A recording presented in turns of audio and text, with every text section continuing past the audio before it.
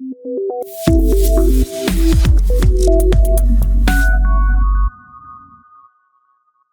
and welcome back to CodeChef. In part 1, we covered the fundamentals like declaring, accessing, traversing 2D arrays, and we solved matrix addition and transpose problems. Today, we are leveling up with some seriously interesting challenges. We'll tackle matrix multiplication, zigzag traversal, setting matrix zeros, and calculating diagonal sums. These problems will sharpen your problem solving skills and teach you advanced patterns for working with grids and matrices. Make sure you have the CodeChef compiler ready. The link is in the description below. Let's get started. 2D arrays part 2. A 2D array is an array of arrays storing data in rows and columns. We access elements using two indices, array of rows and columns. Today's advanced problems will cover matrix multiplication, combining two matrices using dot products, zigzag traversal, that is printing elements in an alternating left-right pattern, set matrix 0. If an element is 0, set its entire row and column to 0, and sum of diagonals, add elements on both primary and secondary diagonals. These problems introduce new patterns like different traversal strategies, coordinate tracking, and diagonal calculations. Each one teaches you something unique about working with 2D data structures. Now let's dive into our first challenge, matrix multiplication. Matrix multiplication is more complex than addition. It's not just element by element. Given two matrices A of m into b and b of n into p, you have to compute C, which is A into b, which is the result of m into p. It is important to remember that you can only multiply A into b if the number of columns in A equals to the number of rows in B. How it actually works is each element of C matrix of I into j is the dot product of row I from A and column j from B. So the visual example is matrix A of 2 into 3, matrix B of 3 into 2. The result would be 2 into 2. Here we try to compute C. We take row 0 of A of 1, 2, 3 and take column 0 of B, which is 7, 9, 11, multiply element wise and sum it. So 1 into 7, 2 into 9 plus 3 into 11, which gives us 7 plus 18 plus 33, which gives us 58. Now we compute row 0, column 1 of C. Take row 0 of A and take column 1 of B, and we multiply and sum it. 8 into 20 into 36, which gives us 64. Similarly, we compute row 1, column 0 and row 1, column 1. So we get a result of 58, 64, 139 and 154.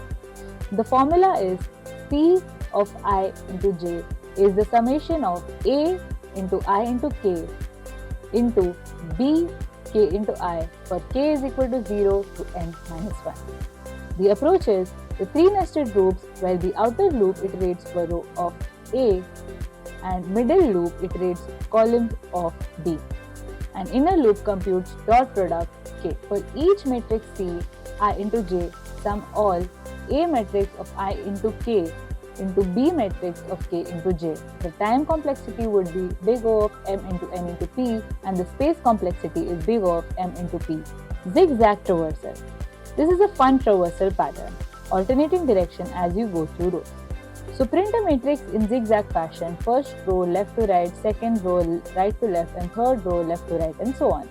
So this is the example matrix where we get 4, 6, 0, 1, 2, 8, 3, 1, 5. So the output would be 4, 6, 0, 8, 2, 1 and 3, 1, 5 in a zigzag manner. The pattern is basically print left to right normal order, print right to left the reverse order, print left to right again, so on. The direction alternates based on whether the row number is even or odd. So even rows of 0, 2, 4 goes left to right, and the odd rows of 1, 3, 5 go right to left. The time complexity is big O of n into m. We visit each element once, and the space complexity is big O of 1. No extra space is needed. This pattern is useful for certain graphic algorithms and data processing tasks. Set matrix 0. This is a tricky problem that requires careful coordination. If an element is 0, set its entire row and columns to zeros. Don't repeat for newly created zeros. Let's look at an example. This is the original matrix. Here, at 0 at position row 1 and column 1 causes entire 1 to be 0. So the 0 at position row first column causes entire row 1 to become 0 and entire column 1 to become 0. So if you start setting zeros immediately, you will create new zeros and might incorrectly zero out the whole matrix. The wrong approach is find 0, immediately set row and column to 0. The new zeros created become the wrong result. The correct approach is the first part, which marks rows and columns needed to be 0. You use two arrows, rows to 0 and columns to 0. Then scan matrix when you find a 0 at I into j, mark row I and column j. The second pass actually set the zeros. If row I is marked, then entire row I to 0, and if column j is marked, set entire column j to 0. Why this works is we separate detection from modification. We mark all three zeros in original matrix first and then apply the changes. This prevents newly created zeros from affecting our logic. The time complexity for the same is big O of n into m, and space complexity is big O of n plus n. Problem 4. Sum of diagonals. Our final problem involves diagonals in a square matrix. Given is a n into m matrix, find the sum of both primary and secondary diagonals. So understanding diagonals first, the primary diagonal is top left to bottom right, which is row 0 column 0, row 1 column 1, row 2 column 2, so on and so forth. And the pattern is row index is equal to column index. So the secondary diagonal, top right to bottom left. So row 0, n minus 1 column, row 1, n minus 2 column, and row 2, n minus 3 column. The pattern is row plus column is equal to n minus 1. Let's look at a visual example. So here our primary diagonal is 3, 2, 0, which gives a sum of 5, and the secondary diagonal is 1, 2, 6, which gives a sum of 9. The total becomes 5 plus 9, which gives us 14. A special case would be if n is odd, then the center element appears in both diagonals. So for a matrix of 3 into 3, element at row 1 column 1 is in both diagonals. So we must subtract it once to avoid counting it twice. Now let's see all 4 advanced problems in one program. So here we start with our standard setup.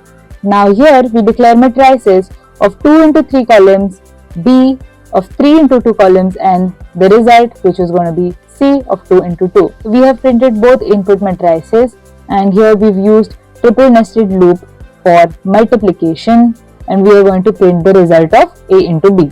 Now our second problem is zigzag traversal.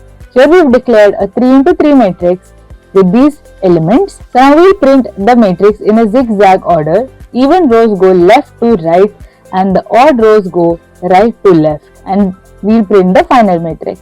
Now we have set matrix 0.